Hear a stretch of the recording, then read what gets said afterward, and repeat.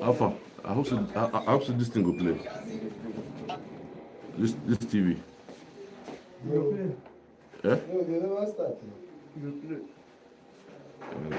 Let them know.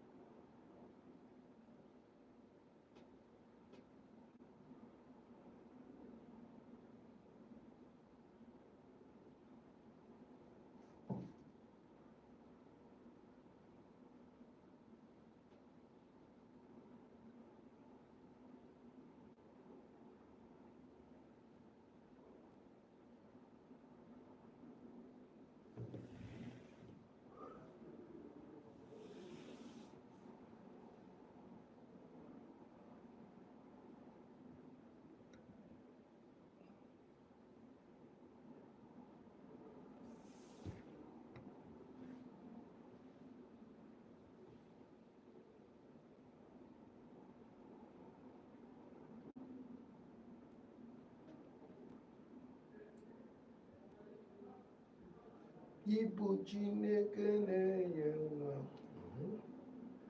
Chineke na-agba. I just with me reach this thing now where you just do now this morning. As you just sit down now, they wait for time to go. give me the remote for the TV.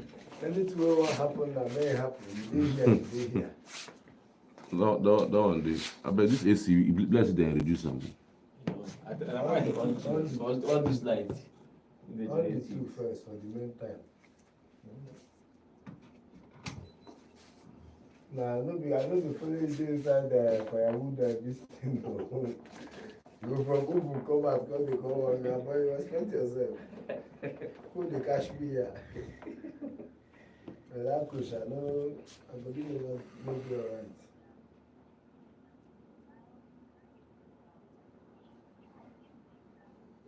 Okay. I want that talk to my mom. I'm not asking. You're calling now, the next thing you hear now. Advice, my son. Don't say age don't dey go, don't reach no man. I hope you dey think towards am.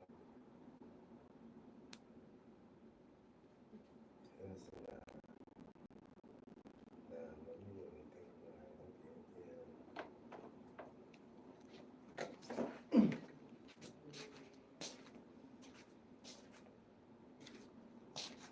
No, nah. You don't come betray us now. No be wetin we agree with this. Na here ain't go dey. We agree on another thing. No work. No work like that.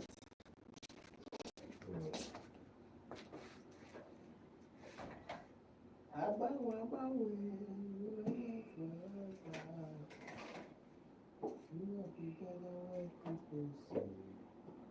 Still will always be scattered. Why? So Chidima Adetshina was in Enugu yesterday, and the governor received her with so much vigor. I mean, going by what she passed through in the hands of a few persons who didn't think she deserves to be at the technical waiting. System behind.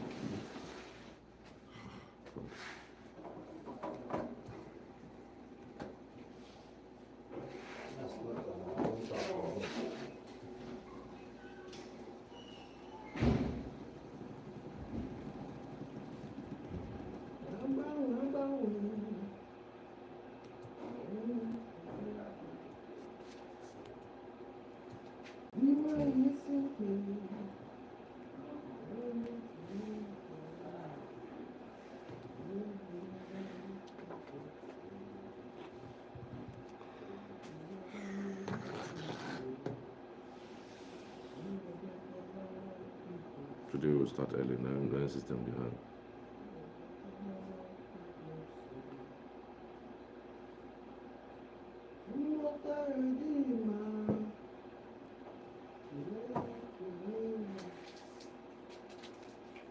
Hmm. 7:01. 7:01. We're supposed to be up now.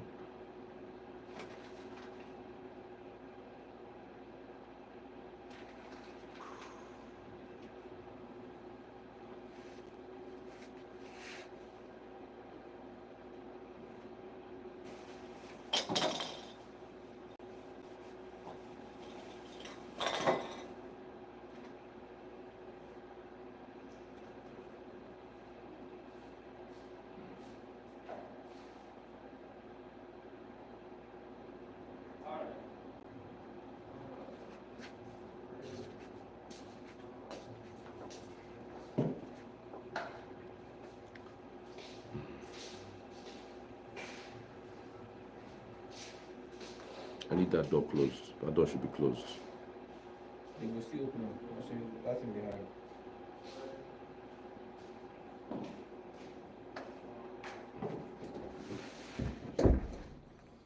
Welcome to Global News on Signature Television. I'm Charles Pius. In the headlines, Senate blasts governors over poor conduct of local government elections across Nigeria, wants federal government to withhold allocations. Governor Peter Mbah honors Enugu-born Miss Universe, Nigeria, Chidima Onwe. Palestine ambassador to Nigeria says Palestine ready to negotiate end of hostilities with Israel. And UN says its Lebanon peacekeepers increasingly in jeopardy. Details shortly.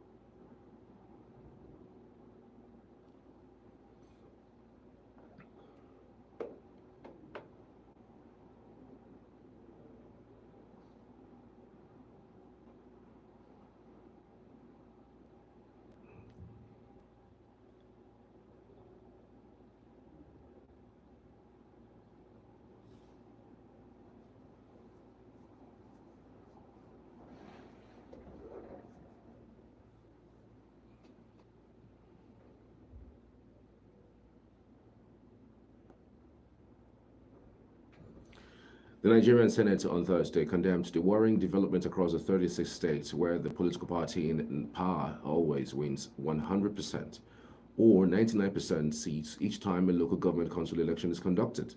The upper legislative body admitted that democracy is at best non-existent at the local government level in the country, calling for urgent actions to rescue the third tier of government. The resolution came after a motion by Senate Minority Leader Abba Moro, representing Benue South, and co-sponsored by other senators. Senator Moro highlighted that voters in Benue State and elsewhere waited for hours on election day without seeing election materials or officials at many polling stations.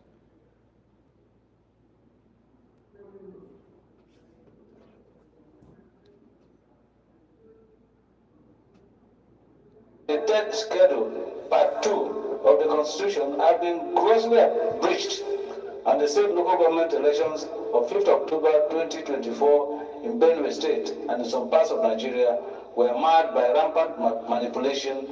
Thus,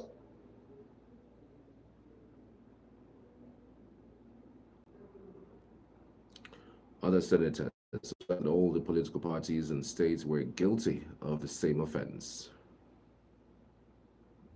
The fact that this is a matter for our concern, not just as senators, but as ambassadors of the good people of Benue State, who have cried to us and have asked us to voice this charity out in these hallowed chambers for the attention of our colleagues, so that collectively we shall find a way towards resolving this heinous political crime that is being committed at the subnational levels of this country. You will agree with me that in a democracy, election is not just a mere political activity. It is supposed to be an avenue where our mandate, our authority to provide leadership is derived from. That's the whole essence of election in a democracy. And this edifice called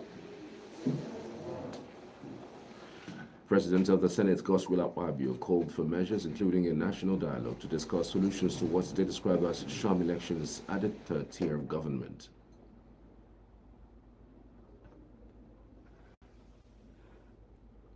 Election, there was no election in Benue. Whether APC or what, there was no election.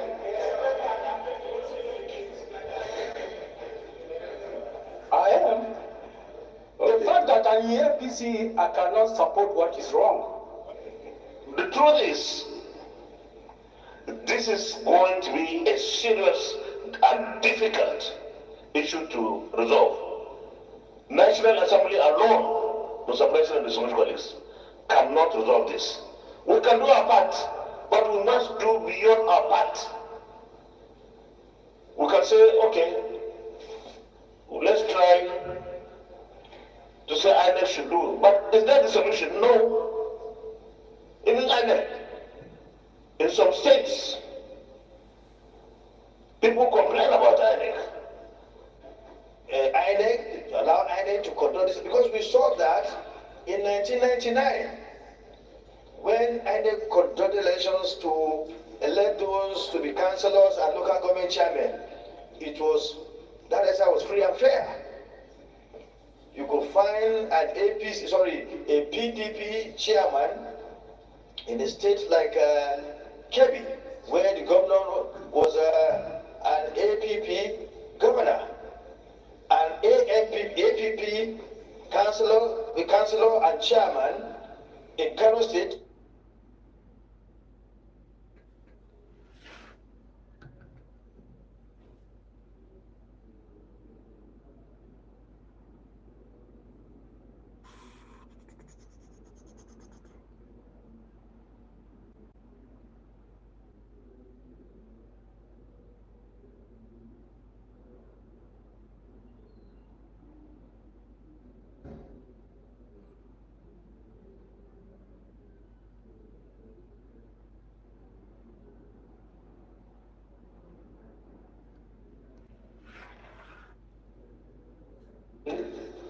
Because this one is akin to somebody sitting down to do getting out of his.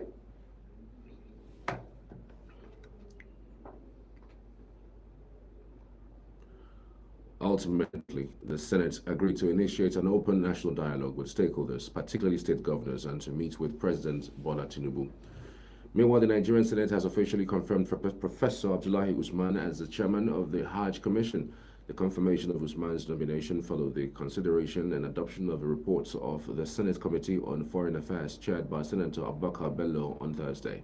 Senator Bello, in his report following the screening conducted by his committee, said that Usman merited being appointed to head the nation's apex Hajj body.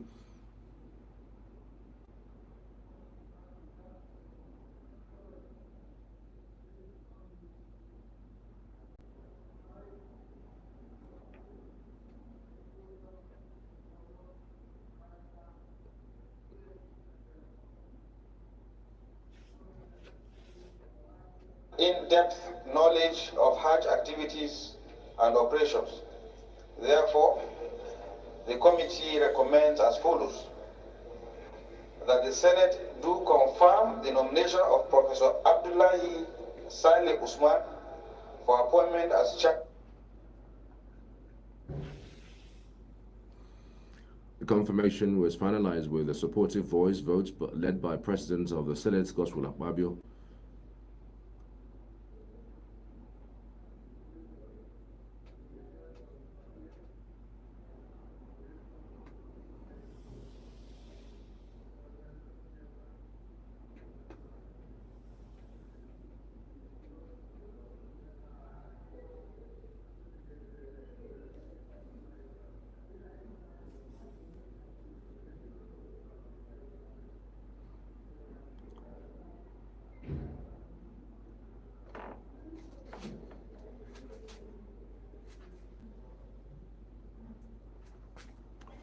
With this new role, Usman is expected to enhance Nigeria's Hajj management and services.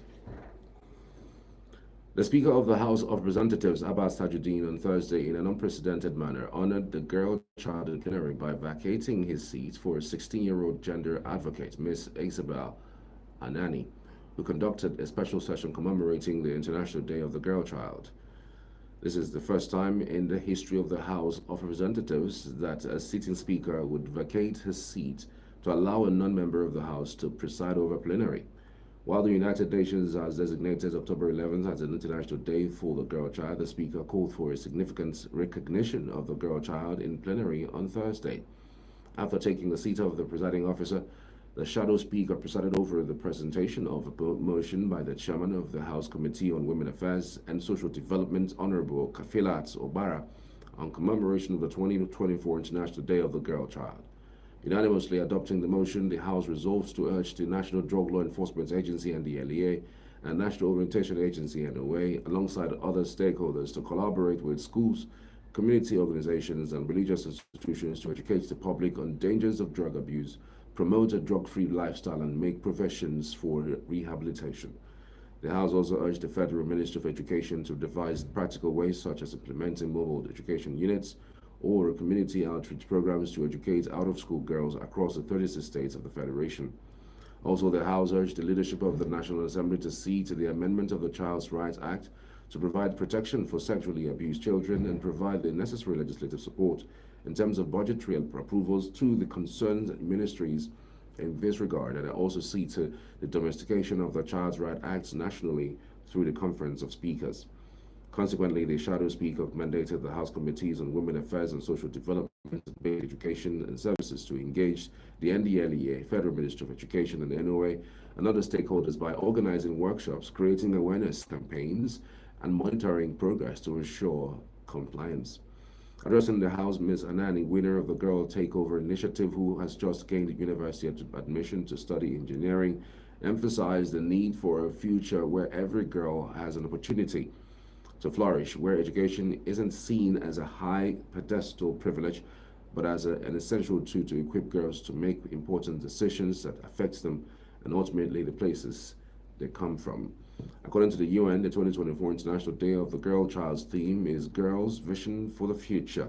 This year's theme conveys both the need for urgent action and persistent hope, driven by the power of girls' voices and vision for the future. Governor Peter Mbah of Enugu State has announced the appointment of Miss Chidima Onwe, Adetshina, as brand ambassador for the state. Mbah announced the appointment when he received Chidima, who is the reigning Miss Universe Nigeria, at the Government House Enugu. In what can aptly be described as homecoming, Governor Mbah welcomed Chidima, who recently emerged winner of the Miss Universe Nigeria, to Enugu State. Mbah also pronounced the young lad as the state's special brand ambassador. He described the emergence of Chidima as a testament to her determination and resilience, which are qualities that define the people of Enugu State. The governor emphasized the place and importance of education in empowering young people to achieve their goals.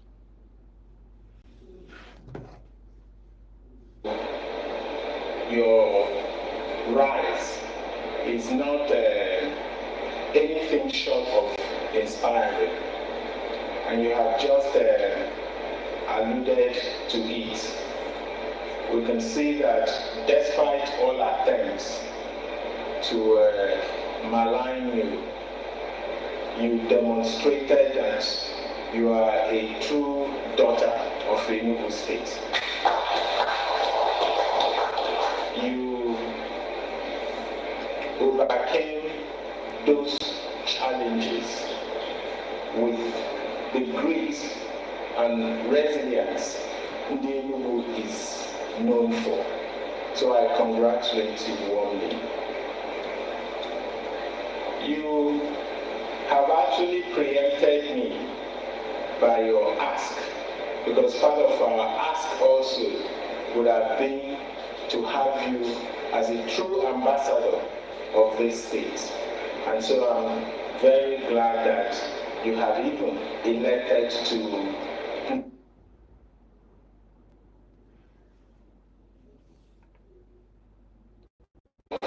great inspiration. Chidima, who was accompanied to the government house in Enugu by her father, Okechukwu Onwe, pledged to work with the states to mentor and encourage youth to align with Governor Mbah's focus on education. About education, it is really an honor to have someone contribute to the education system for the betterment of the youth and also for a better tomorrow, because education is really important. So I'm really honored that you are playing a part in the lives of the youth as well. With that being said, I'm just going to give you a little brief on my journey as to how I got here. So I've lived in South Africa. I tried out for Miss South Africa 2024, and I made it through to the top 16. And when I made it through, it became a huge spark in South Africa because they said I'm not South African enough because my name is Chidima. And every single week that I would progress in the competition, it became a very big news in South Africa until I made it through to the top 9. And in the final week of the competition, I had to withdraw for my safety and my family as well, and also because the backlash was a bit too much for me personally. I think I really handled it really well.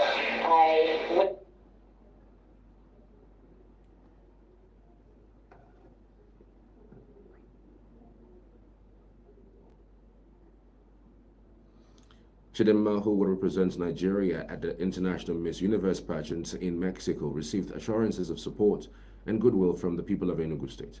The Commissioner for Culture and Tourism, Ugochi Madueke, expressed confidence in Chidima's potential to emerge victorious in Mexico. The homecoming is indeed a celebration and significant moment for Chidima, who has been in the spotlight since winning the Miss Universe Nigeria title. The 4th edition of the Live in My City Art Festival and Workshop for Secondary Schools has commenced in Enugu. The 2-day program, which brought together students from various schools is focused on arts, creativity, and self-expression. The program coordinator, Izuchukwu Monumene, said the workshop aims to develop the creative minds and inner talents of the students through visual arts. According to Monumene, the training will equip Nigerian youths with essential skills in arts and creativity, fostering innovation and self-expression.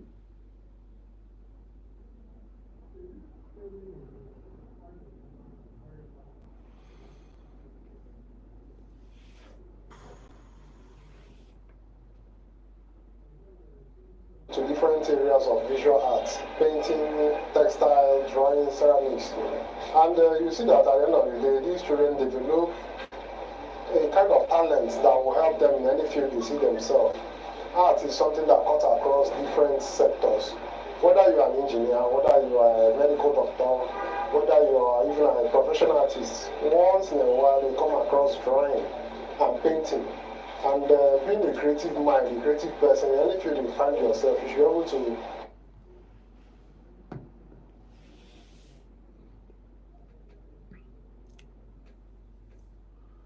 Tutors at the workshop highlighted the importance of collaboration and funding to sustain the project, underscoring its social and economic benefits.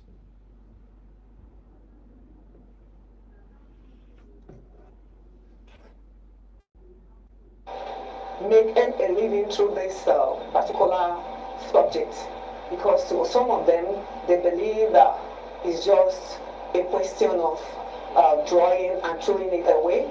And then we have to make them understand the importance of artwork. Practice, they say, makes perfect. By this exposure, they will also learn the art of confidence, because they have stepped out from their usual environment to the environment where they are meeting not just their fellow students but other students from different schools. And perhaps from what they are seeing others do and what they are learning today, it will help to impact confidence and improve their creativity. Oh my God, we are here to introduce the world of art into them.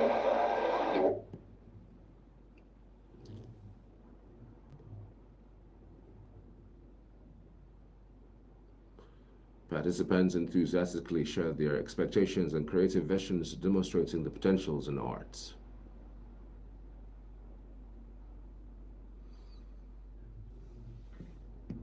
And it opens your mind to be exploring your creativity. So I've been here for some years. I've come a few times for the Limcaf, and I know it has really and significantly helped me and benefited me in my studies and also my creative life. Thank you, Limcaf. It's a very great opportunity given us as students to be creative. We are actually here for arts establishment to show our artwork and our talents, showcase our talents and what we can do. So Limcaf has consistently demonstrated the power of arts, which has impacted the growth and quality of the human capital. Joint security forces have successfully rescued 6 members of the media crew who were abducted while traveling from Lagos to Uyo. A statement by the Anambra State Police Public Relations Officer SP Tochukwu Ikenga, the kidnapped victims were rescued along Iseke Olu roads in Ihiala. Meanwhile, operations are still ongoing for the rescue of the 7th crew member. The Nigerian National Petroleum Company Limited, NNPCL, has again raised the pump price of premium motor spirit PMS, commonly known as petrol, to 1,030 naira from 897 liter in Abuja, and in Lagos to 998 naira per liter from 868 naira per liter. Other locations witnessed similar price hikes, a development that triggered anger amongst Nigerians.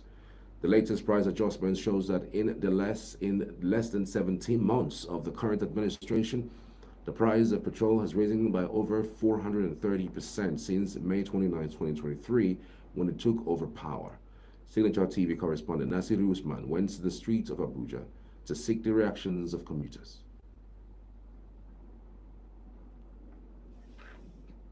The federal government increased the price of premium motor spirit, also known as petrol. This came as a shock to many Nigerians, as the price is now 1,030 naira per liter in the nation's capital. Signature TV is on the street of Abuja to get the reactions of the residents. We have Mr. President, President Bola Ahmed Tinubu. Oga, I salute you, sir. Now you be #1 here. You cannot just come up one day and tell me that market forces is more stronger than you. A whole GCFR, #1 nation, #1 person in Nigeria today. And market forces will tell you what to do. Oga, we don't believe in you again. No? What we need to do, tell us that fuel will become 100 naira per liter. So that anybody that don't want to buy the idea of 100 naira per liter, let the person leave the country. That is #1. Oga Tinubu, will I beg you, hunger this street. Open the border. A bag of rice can come back to 10,000 if you open border today. Only 3 months, rice will come back. That's only what Nigeria needs. If fuel can come to 100 naira, a bag of rice will come to 10,000. If you open border and say a little of fuel 100 naira, everything is increasing. Go to the market, you hold 1,000, you hold 10,000, you hold 50,000, you hold 100,000. You just buy something of later. That is just in Nigeria for you. So it's not a new thing. It's only God that is going to help this country. Yes, that is Nigeria for you. That is Nigeria for you. They want to keep us to suffering. Look at the way I'm from. I'm living in Cuba. To pay transport money to come to Pape Junction is 1,000. Going back is 1,000. Not to even go inside the Pape. So right now I'm going to Jukwe. I don't know how much I'm going to pay. That's the problem of this country. The big man, they want us to suffer, and God will help us. That is just the thing. It keeps going up, it's not coming down, and Nigeria is not getting better as it stands right now. It's not getting better, it's getting worse. For me, I do Abuja and Lagos, and it's so sad that we are seeing it at this point. I just feel that it can be better, because we have the crude, we have everything in this country. So we have changed government from one president to the other president, and it's getting worse rather than getting better. So I feel the best thing to do for this is now to look up to God, because right now man has really failed. It's more or less an increase in hardship, because the first time they already increased, we were suffering, we will not get out of it. The shock and everything, the agony, the cost of food, ranging from food to transport, is here. And the bad side of it is that they are increasing the pump price, causing untold hardship for we, the citizen. and salaries has not been increased. Nobody is talking about salary. We pay everything. They are saying subsidy, the English of subsidy, subsidy. We don't even understand it. People are dying of hunger, of hardship, increase in fees, in school fee. Everything is just hard. Nigeria is not sweet, to tell you the fact. That is just the truth. Nigeria is not sweet. I'm an eligible voter and I have voter's card. When it is time, if only our vote count, because I don't think even in Nigeria our vote count, it doesn't count. I have been into local politics at my level and at the world level. I know what I'm telling you. So even though you have a voter card, you vote, it doesn't count. As you can see. So they will always have their way, and when they have their way to power, they have no plan for the people. They have no plan to enforce what they have put together in the constitution. This is very unfortunate and unwelcoming news, because as things are going, people are dying of hunger. Look at me now, I'm from Borno State. We are even suffering from the recent flood. Then you are now telling us that you have increased the pumping price. Then where are we going to start from? Everything, if you go to market, this thing will still affect the prices of commodities. And people are suffering, and the government is not doing anything. The last protest, they said it was a violent protest. And I don't know, maybe the protest is not even solution to the problem. I don't know what this want from us. Because the survivors, people are suffering, the hunger, people are on the street. Pumping price again. Please and please, we beg the federal government to look into this matter. If they can return this fuel subsidy, even for some time, please let them just do that. Let them just do anything that will make this thing easier for us. Because people are not even eating a day now. 1 square meal is even difficult for a lot of families. Not talk of even 3 square meal. And again, you are still adding the pumping price. The last time it was 600 and something. Before we know, they say 900 and something. Now it's 1,000 something. Then if they keep on going with this increase of pumping price, then one day we even walk over and see 2,000, and it's not reflecting in our earnings. They don't increase our salary, even the minimum wage. How many states are they even paying them? Even the federal government say, are they paying the minimum wage? Please, they should look into this matter. Please, about the government, please, government, try and make a lot of things for us, because something are happening in this country. Do you know what I'm facing through? I'm 22 years old, please. The government try and make some things for us. Even if it is no money, just make investments for us, for the young that should grow. Please, the government, please try support us, because a lot of things are happening in this country. Fuel, food, everything is caused. Why it is like this now? Please, the government try and make a lot of things for us. Why it is like this now? Please, what I want to say, even you are not believing government, just believe in God. In the terms of price of fuel, like it's affecting we individuals.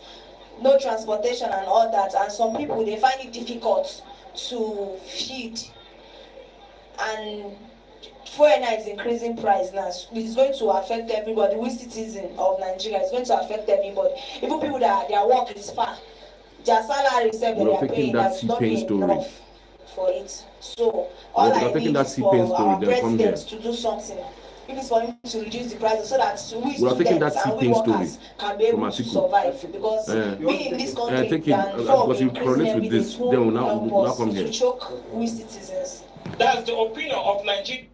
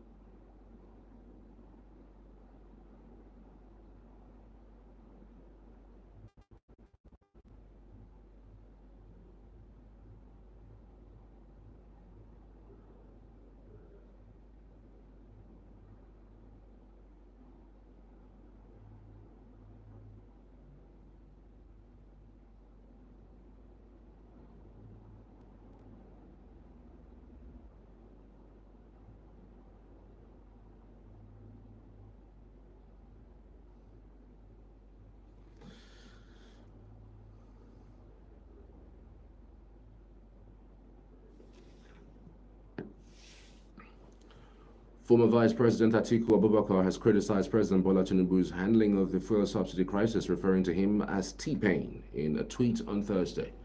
Atiku attributed the current economic hardship facing Nigeria to what he described as a haphazard and disingenuous approach of the Tinubu administration to fuel subsidy management.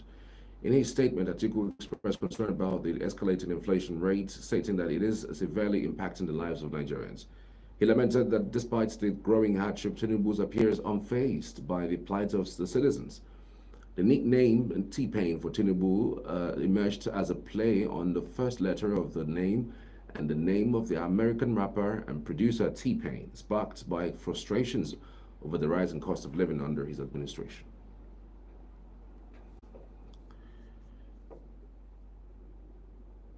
The Joint Health Sector Unions and Assembly of Healthcare Professionals, JOHESO, has issued a 15-day ultimatum to the federal government to resolve its pending welfare issues for its members who will embark on an industrial action.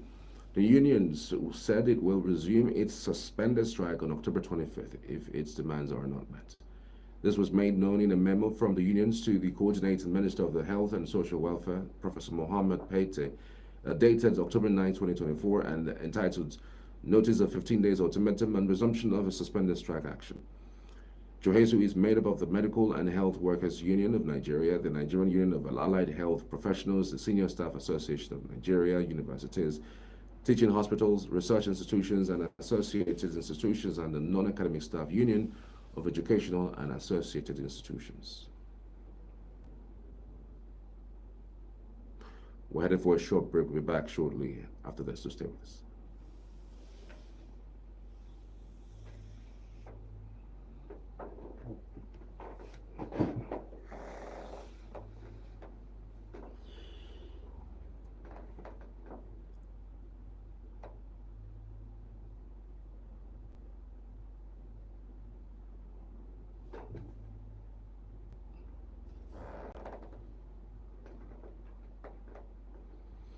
Welcome back. You're watching Global News on Signature Television. Ambassador of the Embassy of the State of Palestine, Abdullah Abu Shawash, has said that Palestine is ready to sit on the negotiation table with Israel to end the hostilities. According to him, the President of the State of Palestine, Mahmoud Abbas, is ready to sit on the round table to make peace based on international law and the United Nations General Assembly resolution to put an end to the Israel-Hamas war. The ambassador stated this on Thursday at a press briefing in Abuja.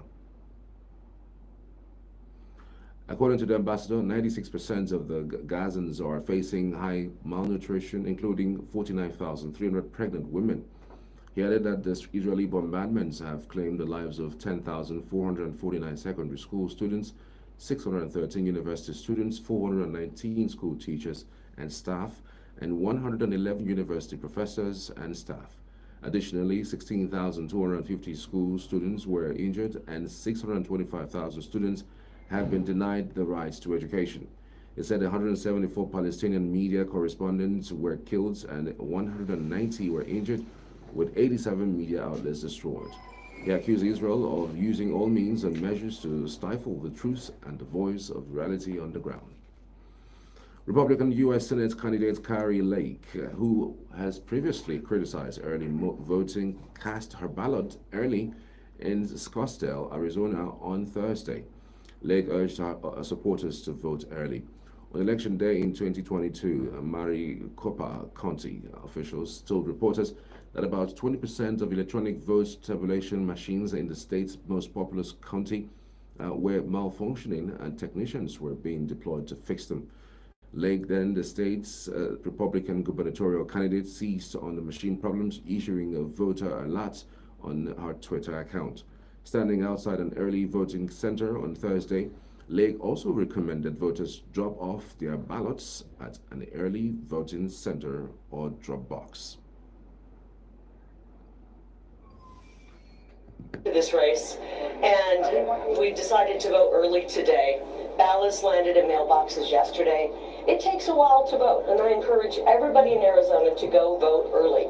If you like to vote in person like I do, go to an early voting center. Cast that ballot. It takes a little time. We all saw what happened in past elections. We don't want to take the risk of having a one-day.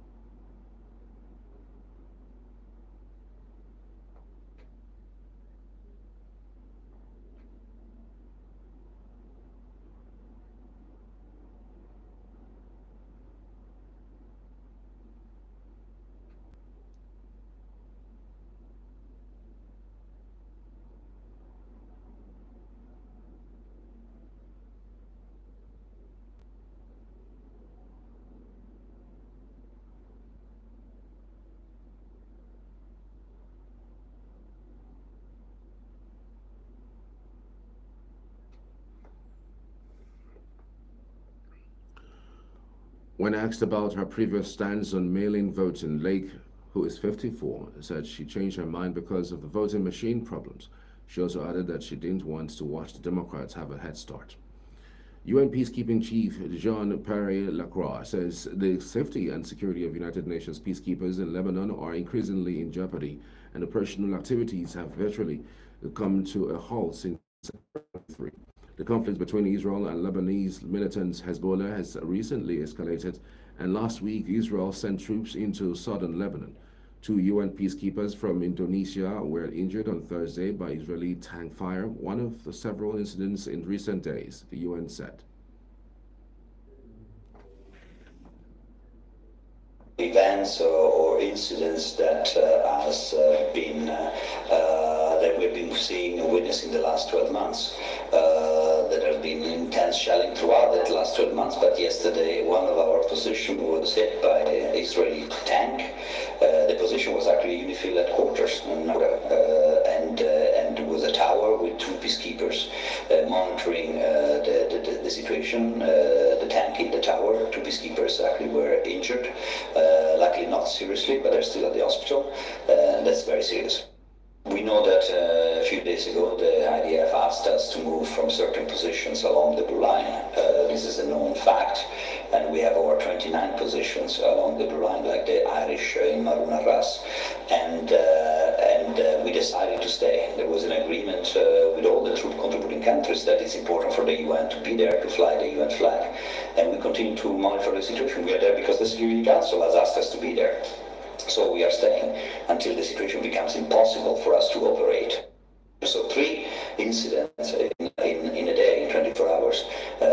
This is high concerning, not only because peacekeepers are there, but because this was done by, most probably a deliberate attack against our troops, which is a violation or a grave violation of international humanitarian law.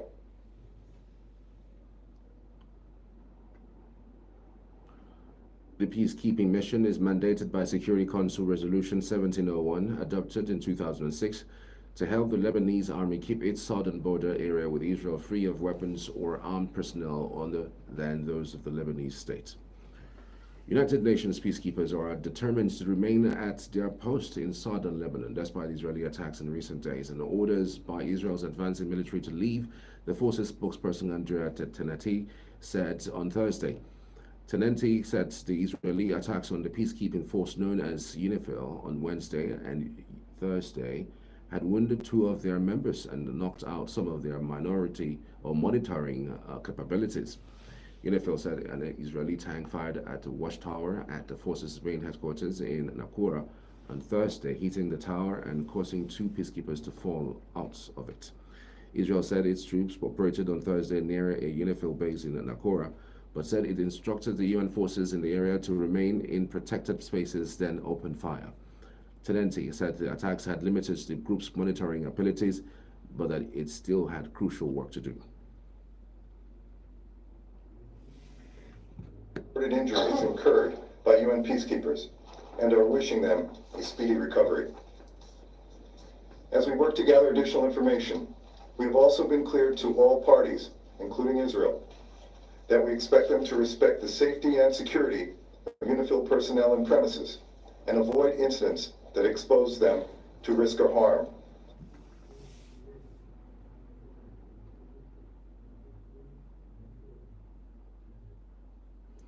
About 1.2 million people have been displaced by Israel's escalating operations in Lebanon in recent weeks, including airstrikes, artillery fire, and ground incursions into the south. Israeli forces have acted illegally by shooting at positions used by UN peacekeepers in Lebanon. Italian Defense Minister Guido Crosetto said on Thursday, denouncing it as a possible war crime. The UN peacekeeping mission known as UNIFIL is stationed in the south of Lebanon to monitor hostilities along the demarcation line with Israel, an area that has seen serious clashes between Israeli troops and Iran-backed Hezbollah fighters. UNIFIL said 2 of its peacekeepers were injured when Israeli soldiers fired on its position on Wednesday and Thursday. Corsetto says he had contacted his Israeli counterparts to protest and had also summoned the Israeli ambassador to Italy to demand an explanation, which was not yet forthcoming. There was no immediate comments from the Israeli military. Unlike some European countries, Italy has been highly supportive of Israel throughout its year-long war against the Palestinian militant group Hamas in the Gaza Strip and Hezbollah in Lebanon.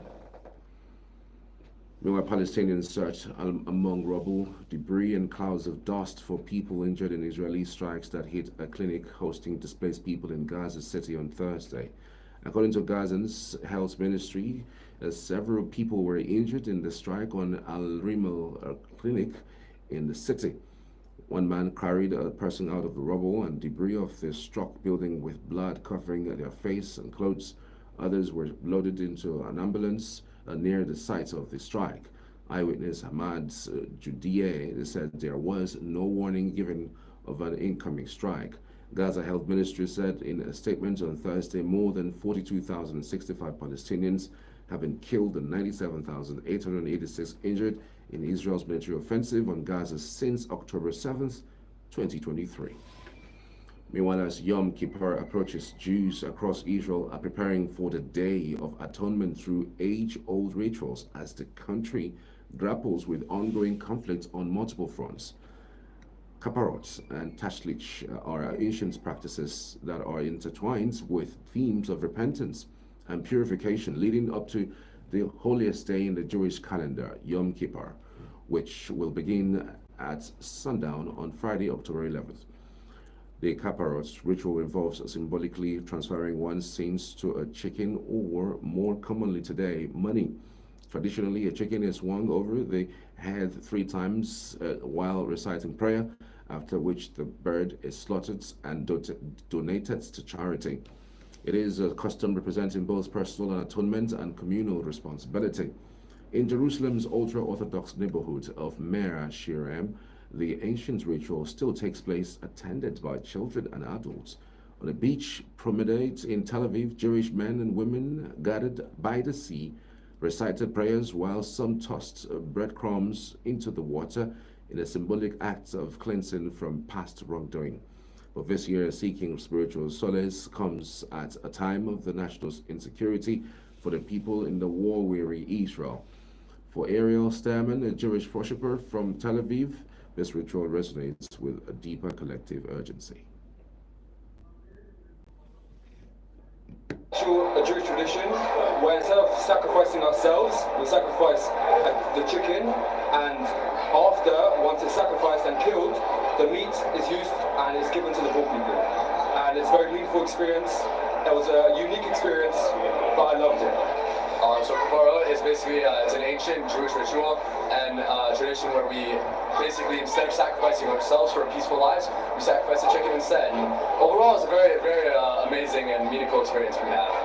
We take the chicken, we put it over our heads, and we say all the sins of the year should go onto the chicken, and then we slaughter the chicken, and we give it to the poor families to have food for the holiday. This is the Tashlich ceremony, a ceremony that Jewish people have been doing for thousands of years before the holiday of Yom Kippur, where we come together to cast away our sins and our mistakes into the ocean, and we remove ourselves from our mishaps and our failures and our mistakes, and we say we're returning to who we are essentially, to who we really are meant to be, to the goodness within all of Am Yisrael, within all of the nation of Israel, within the whole world. And what Tashlich really comes down to is a commitment to being better next year.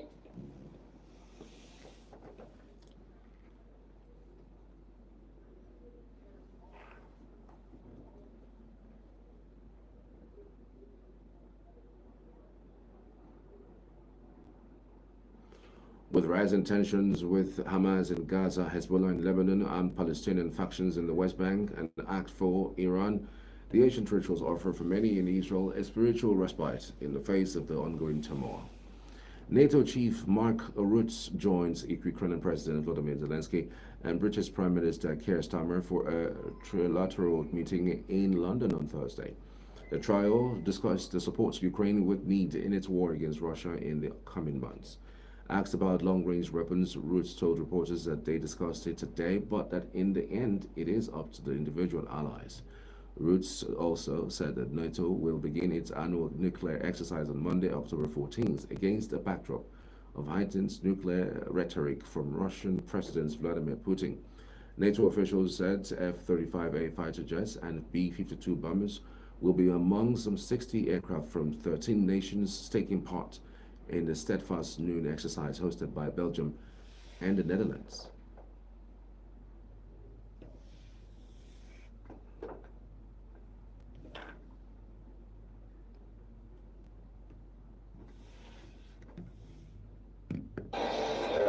The whole exercise will particularly focus on the United Kingdom, the North Sea, but also Belgium and the Netherlands. And in an uncertain world, it is vital that we test our defense and that we strengthen our defense so that our adversaries know that NATO is ready and is able to respond to any threat. It's up to the allies, the individual allies, to decide how weapons they deliver into Ukraine can be used. Legally, that is possible, because legally Ukraine is allowed to use its weapons if they can hit targets in Russia, if these targets present a threat to Ukraine. But whether individual allies do that, that's in the end also always up to individual allies. Of course, we discussed this.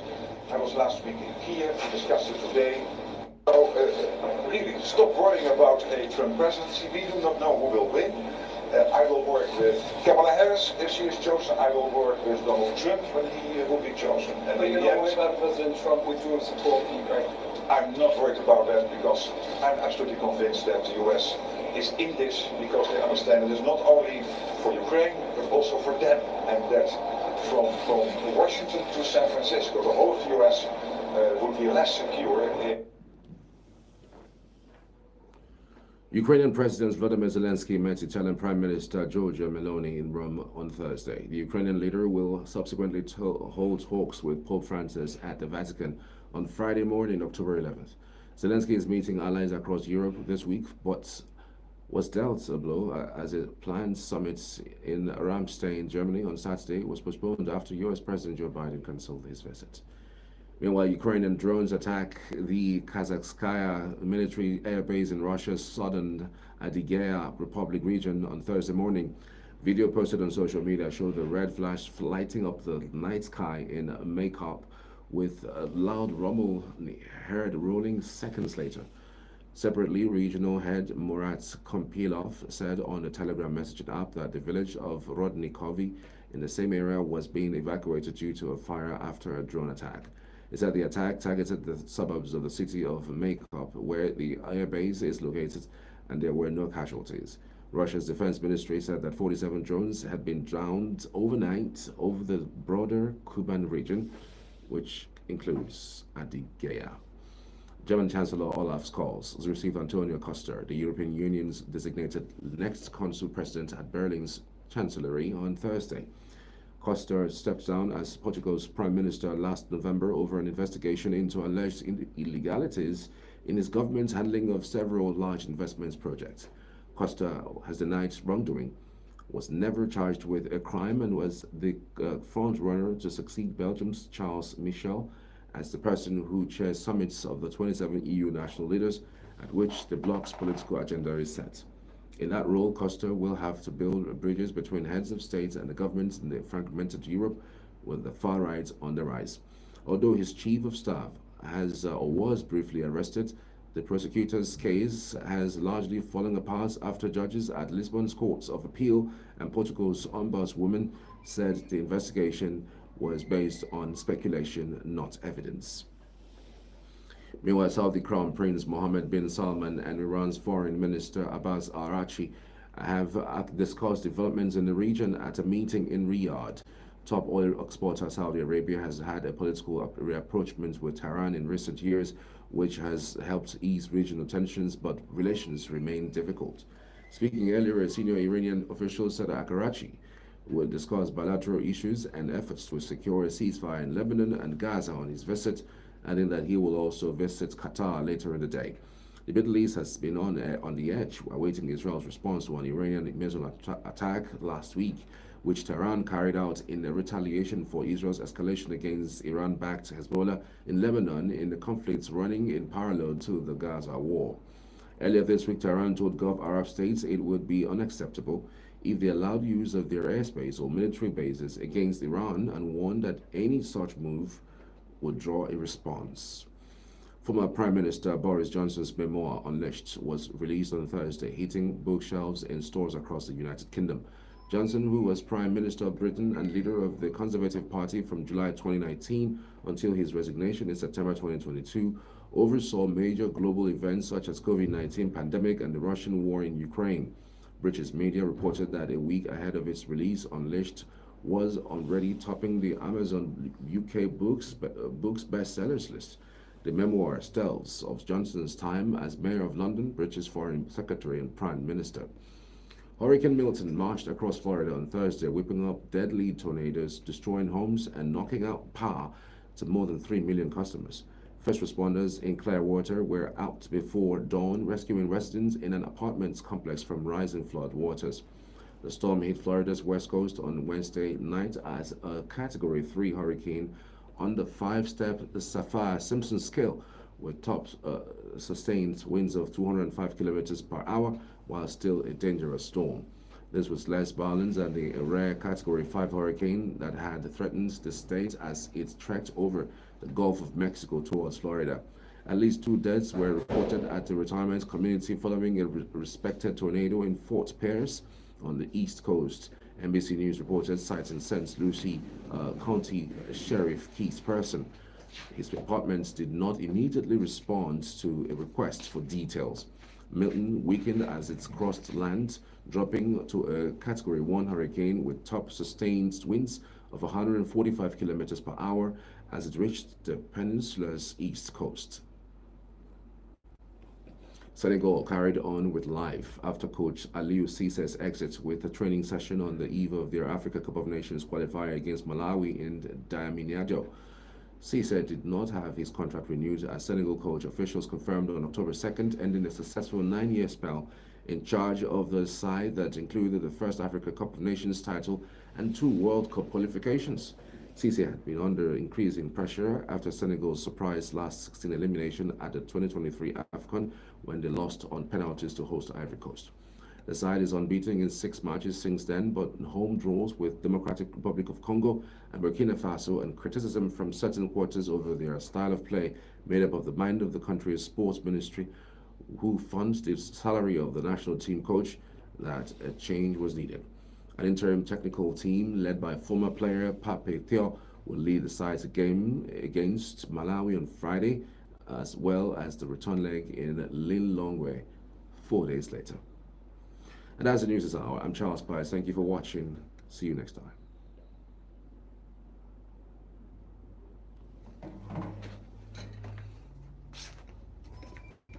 See you next time. See you next time. Thank you so much for watching. So, Money Show is up next. So join us in about 5 minutes. I'll be back shortly, okay? Thank you for watching.